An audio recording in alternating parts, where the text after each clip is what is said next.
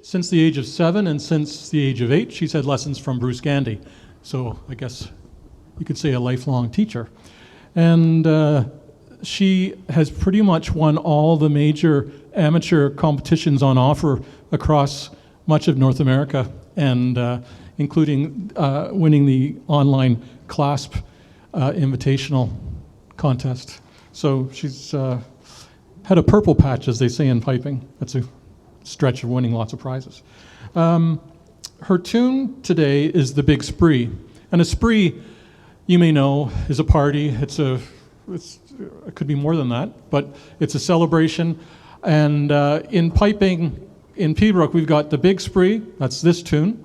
We've got the Little Spree, and then there's another tune, the Middling Spree, which is not talked about much. But the Wee Spree, or the Little Spree, and the Big Spree are much respected and well-loved tunes.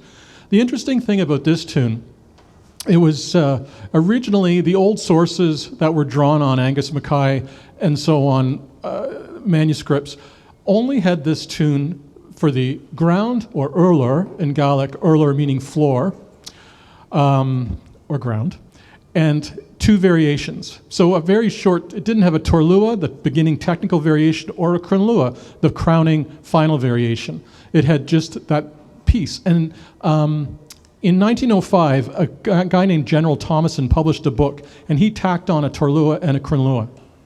And you have to understand that in piping, particularly in the last, less so today, but certainly in the last 100 years plus, was very much a class-based system. And the power that was held by those that made the rules in piping were generally enthusiastic amateurs. So they were the guys that had money, or they had minor titles, or in some cases more than minor titles, or they were in the judiciary, or they had a place in society. So they were smart guys, but they weren't good pipers. They didn't have chops, and they didn't play in competitions. Heaven forbid they would ever play in a competition. They employed pipers to manage their garden and act as gillies. Anyways, I just wanted to tie this one up with this tune, because it's kind of interesting for piping nerds, as Bob calls us.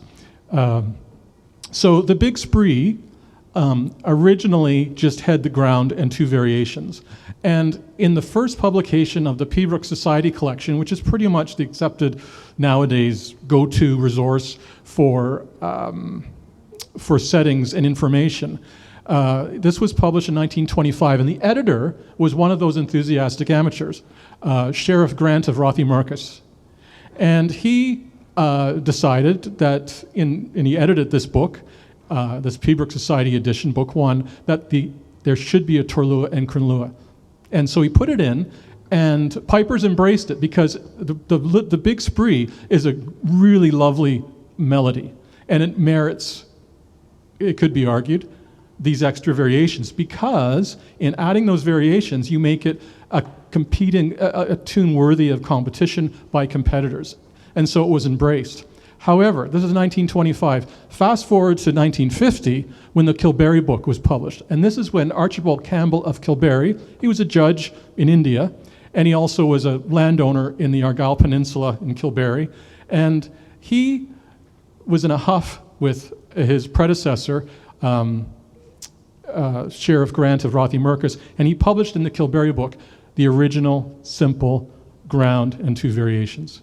So now, I don't hear Gillian, so I can tell this kind of interesting little sidelight.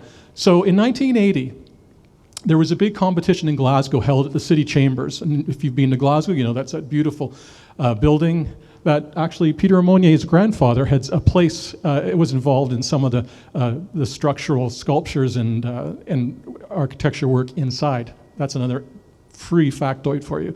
In any way, this contest had all the best players in Scotland playing, including that prize-winning machine, Donald McPherson. Donald McPherson played the Big Spree, and for some reason, he played great as he did. He stopped at the end of the 2nd variation, just stopped. And when the judges went to talk about this, one of the judges said, well, that was the gods, and he was just being respectful of the original setting as published in the Angus Mackay. And anyways, the judges, the other two judges, there was three, had none of it. So Donald McPherson didn't win that day. He got nothing. But it's an interesting tune because it represents the parochial nature of Pibroch playing especially, but I would say piping generally. And there's barroom arguments always about these kinds of things, and that's what makes it all sort of fun and interesting from time to time. So bring you back to this. This is Gillian Blaney from the east coast of Canada, Nova Scotia, playing The Big Spree.